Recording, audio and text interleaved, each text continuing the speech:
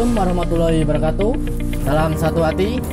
Perkenalkan, nama saya Ahmad Baharudin, kelas 11 TSM, asal sekolah SMK Muhammadiyah Tumi Jajar. Oke, baik, di sini saya akan menjelaskan tentang bagaimana pemeriksaan dan pergantian brake shoe atau sepatu rem pada sepeda motor Revo BJIM FI 110. Sebelum lanjut ke pemeriksaan dan pergantian, saya akan menjelaskan sedikit terlebih dahulu tentang pengertian rem. Apa sih pengertian dari rem? Jadi, rem adalah sebuah peranti atau komponen yang digunakan untuk menghentikan atau memperlambat laju kendaraan ketika kendaraan itu berjalan. Dan sistem rem itu dibagi menjadi dua jenis, yaitu cakram dan tromol. Kemudian, cara kerja sistem rem adalah ketika pedal rem diinjak, maka tuas penggerak akan menggerakkan rem pada ujung sepatu rem, dan sepatu rem akan bergerak mengembang hingga menyentuh tromol rem, dan timbullah gesekan yang akan menghentikan atau memperlambat laju kendaraan. Di dalam sebuah sistem rem juga terdiri dari beberapa komponen seperti drum brake, brake shoe, spring, brake panel, brake arm, brake cam, power pin, pedal rem, dan brake rod.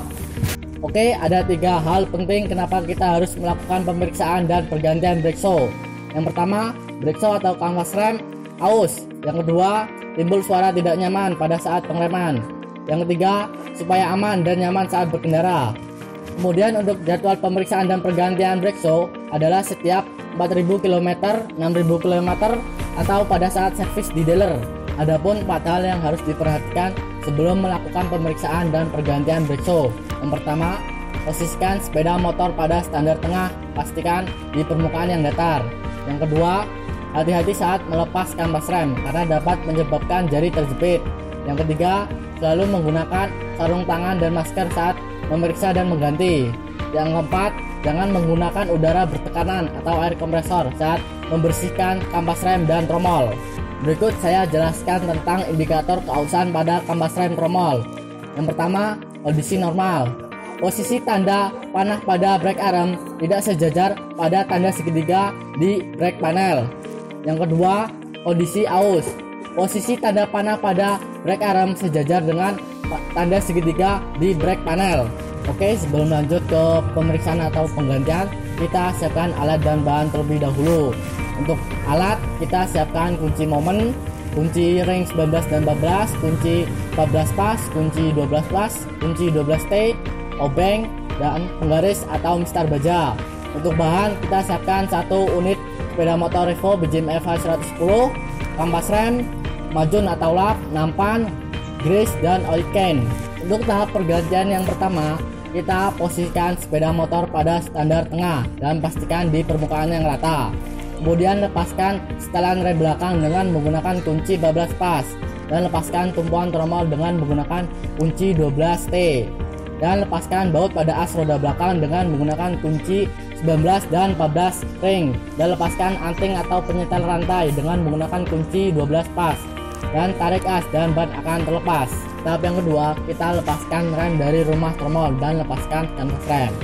Nah, di sini hal yang perlu diperhatikan sebelum ke penggantian, kita bersihkan dudukan rem dan tromol terlebih dahulu dengan menggunakan lap hingga bersih.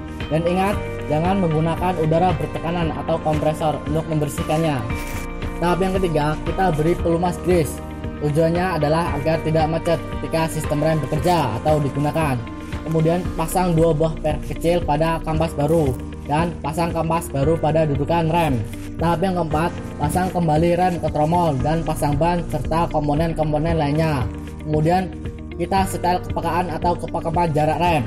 Tahap yang kelima, sebelum kita menyetel kepekaan atau kepakeman jarak rem, hal yang harus dilakukan adalah kita menyetel main bebas rantai terlebih dahulu dengan ukuran 20-30 mm dengan menggunakan mistar baja dan kunci 12 pas.